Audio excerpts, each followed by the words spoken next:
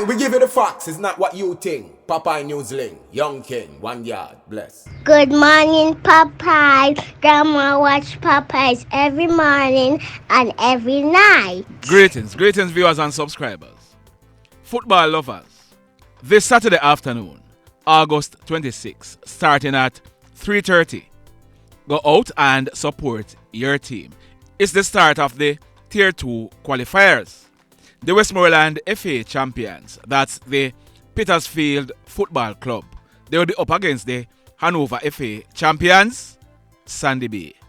That match will be played at the Petersfield High School football field. Don't miss it. That's this Saturday, August 26, starting at 3:30 at the Petersfield High School football field. It's Petersfield FA against Sandy Bay FA. Go out and support your team. So today we have a few stories for you. But first, let me ask you something. Are you tired of hearing about thieving Ricardo Chambers? You are? Well, guess what? There is a lot more to come. And as soon as he's charged, I'm going to be carrying the reports. And I see where some persons, they are saying that I should not be calling him thieving Ricardo because he's innocent until proven guilty in a court of law. Well, guess what? Guess what? You hold what you hold, and I will hold what I hold. In my book, there is nothing else I can call him more than thieving Ricardo. You can call him innocent until proven guilty Ricardo if you want. Now, yesterday, thieving Ricardo, he was slapped with 3 additional charges. The allegations are that thieving Ricardo, he collected $110,000 from a female facilities coordinator as down payment to build a sectional sofa. He also collected $266,000 from a female sales and services support supervisor as down payment on some items of furniture.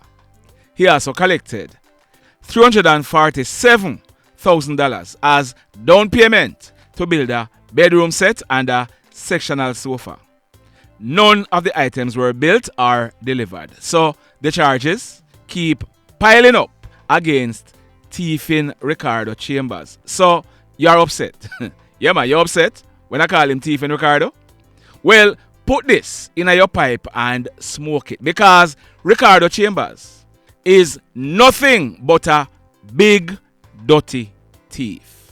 Thieving Ricardo. Him come here with him sweet mouth, thinking him could have tricked me. Well, the question everyone is asking is, what the hell big, dirty thieving Ricardo do with the people them money? Eh? More to come. Now, in this next incident, the Westmoreland police, they have arrested and charged a guy who he and his brothers, they have been in and out of jail. His name is Stephen Tyghter, but he's popularly known as White Man. White Man, he's living at Delvland District in the Little London Police area in the parish of Westmoreland. The allegations are that on the early morning of Sunday, August 6, about 4 o'clock, an off-duty policeman, he was a patron at the Scrubadub nightclub in Negril when someone told him that 6 guys were outside the club with guns. It is said that the policeman, he called for backup, but while he was in the club, it is alleged that he saw 2 guys enter the club. He recognized one of them as Stephen Tyghter, popularly known as White Man. It is said that White Man and the other guy, they looked at the policeman, then exited the club. It is further alleged that the police constable, he was exiting the club when White Man pulled a gun and opened gunfire at him. The policeman, he pulled his gun and returned the fire, and White Man ran off. The policeman, it is said that he sought refuge in the club until he was assisted by his colleagues. The policeman, he was not hurt. We are told that White Man and his cronies, they made good their escape. Well, last week, Thursday, August 17, a raid was carried out at Devland, and white man, he was picked up by the police. He has since been charged for shooting with intent, possession of prohibited weapon, and using a firearm to commit a felony, and he'll be going to the courts shortly. This next incident, it took place earlier this month, about 9 o'clock in the morning, right at the intersection of the Jansal main road in the parish of St. James. We are told that a 56-year-old man, he was driving that Isuzu truck that you're seeing on your screen. He was driving from Granville towards Springmount. It is reported that a man who was walking along the sidewalk, he suddenly fell into the road. As a result, he was hit by the truck. The man, he fell to the ground and he was seen bleeding from his head. This man, he was assisted to the Cornwall Regional Hospital by the same truck driver where he was admitted in a serious condition. But we are informed that the man, he died whilst he was being treated in hospital. That man, his name is Mr. Lloyd Logan. He is 92 years old and he was said to be a farmer. He lived at Hendernawood in Montego Bay. Sad indeed. Now, this next incident, it took place Tuesday night, August 22, about 10 o'clock.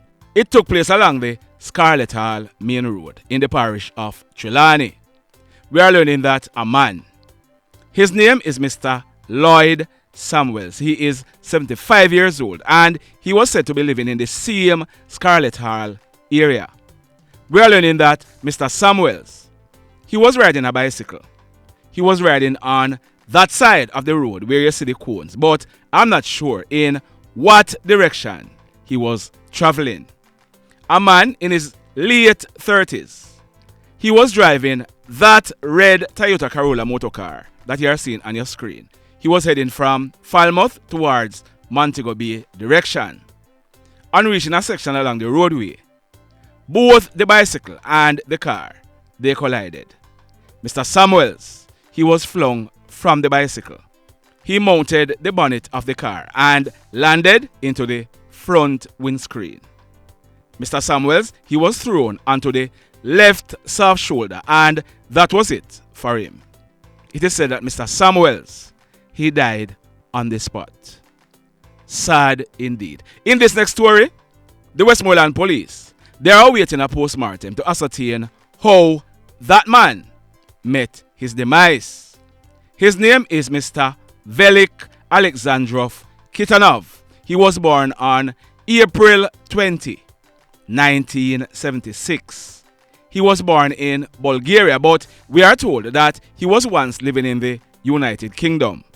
Our information is that he was a frequent visitor to Jamaica and he was in a relationship with a Jamaican female. She is said to be in her early 40s. They were both living at Amity in the parish of Westmoreland. We are learning that Velik and his partner, they went on the road yesterday afternoon, Wednesday, August 23. We are told that they went to a local restaurant where they had dinner. They reached back home about some minutes after 9 o'clock. We are told that about some minutes after 10 o'clock last night, Velik and the female, they were in bed having a conversation when he suddenly stopped responding. She touched him and realized that he was motionless. As a result, the ambulance and the police, they were contacted. We are told that on their arrival, Velik, he was found lying on his back on a bed and he was dressed only in his underwear. We are also told that both his fists, they were clenched. He had apparently died. We are told that when the police inspected him, no marks of violence was seen on his body. He was taken to the Savannah Hospital where he was officially pronounced D3AD. So, like I said, the police, they are awaiting a post-mortem to ascertain what could have caused his death. Sad indeed. In this next story, talking about sad indeed, This one, sad indeed. Now, that lady on your screen, her name is Miss Winsome Wynter. She is 58 years old and she has been a customs officer for over 30 odd years. She was based at the Donald Sangster International Airport and she lived at Rosemount Gardens in St. James. That photo that you are looking at is the Minister of Tourism, Mr. Edmund Bartlett, presenting Miss Wynter with a plaque. She was the recipient of the Tourism Service Excellent Award in 2017. On Monday, August 21, Miss Wynter, she and other family members, they went on an excursion in Ocherias in the parish of St. Ann. Miss Wynter, she had decided on riding one of the ATV bikes for the first time. There is one of the ATV bikes on your screen. Now, how this works is that the guides, they normally brief the riders how to ride the bikes first before you are allowed to go on the excursion. While Miss Wynter and other persons, to include family members, were being briefed as to how to operate the ATV bikes, it is said that Miss Wynter, she mistakenly pressed a lever. As a result, the bike got out of control and overturned. Miss Wynter, she was thrown from the bike and she received serious injuries. She was rushed to the St. Ann's Bay Hospital where she was pronounced D3AD. Sad indeed. So, let me ask you something. Let me ask you something. Have you hit on the love button as yet? If you have not yet done so, remember to hit on it. Also, if you are over here watching our videos and you have not yet subscribed, hit on the subscribe button. As also, hit on the notification bell. Then click all so that whenever we upload a new video, you will be one of the first to be notified. And we are hoping to reach 200,000 subscribers by my birthday, which is next week Friday, September 1. And next week Friday, I'm going to be spending my birthday with you. We are going to be having a birthday party right here. Yeah, man, we are going to be live. Stand by for it. There is some more information to come. But mark down that on your calendar. Next week, Friday, maybe about 1 o'clock in the day, we are going to be here doing a live with you for my birthday. We're going to chat and we're going to have fun. Stand by for it. Now, in this next story, we are learning that earlier today, a hoodlum was shot and killed by a licensed firearm holder in Montego Bay. We are also told that a Glock 9mm pistol was recovered from him. We continue to dig and we are going to be updating this story in a subsequent video. Stand by for that. Now, in the final story for today, on Monday afternoon, August 21, about 12:30, a 23-year-old female. Her name is Shanice Johnson. Shanice was a vendor and she lived at Zion District in the Old Harbour area in the parish of St. Catherine. Shanice, she was found naked and lifeless. She was found lying on her back in a makeshift zinc bathroom at the back of her house. The police, they were called in and they commenced investigations. From all indication, Shanice, she had died.